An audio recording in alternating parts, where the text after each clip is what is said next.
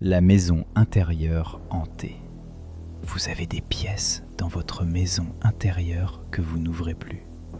Pas parce que vous avez oublié qu'elles existent, mais parce que vous savez exactement ce qu'il y a derrière la porte. Un regret, un chagrin qu'on n'a jamais vraiment traversé, une vérité qu'on n'a jamais osé formuler, même à soi-même. Et chaque jour, vous passez devant cette porte. Vous ralentissez une fraction de seconde et vous continuez. On appelle ça vivre, mais c'est surtout à éviter. Ce qui est étrange, c'est qu'on croit que l'ignorer suffit, que si on ne regarde pas, ça ne bouge pas. Mais ce qu'on enferme ne reste pas tranquille. Il circule.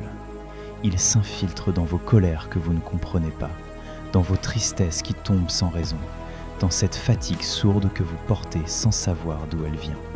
Vos fantômes ne dorment pas, ils travaillent. Et tout ce qu'on consomme pour aller mieux, les citations, les vidéos inspirantes, les livres qu'on achète et qu'on ne finit pas, a souvent un seul effet réel. Vous donner l'impression de faire quelque chose sans jamais rien regarder en face. Comprendre pourquoi on fuit, ce n'est pas cesser de fuir. La seule chose qui change quelque chose, c'est de s'arrêter, de s'asseoir, d'accepter que derrière cette porte, il y a quelque chose qui vous appartient. Quelque chose de difficile, oui, mais quelque chose de vrai. Vous n'avez pas besoin de tout résoudre. Vous n'avez pas besoin d'une méthode. Vous avez juste besoin d'arrêter de faire semblant que la porte n'existe pas. Ce que vous ferez après, c'est votre affaire.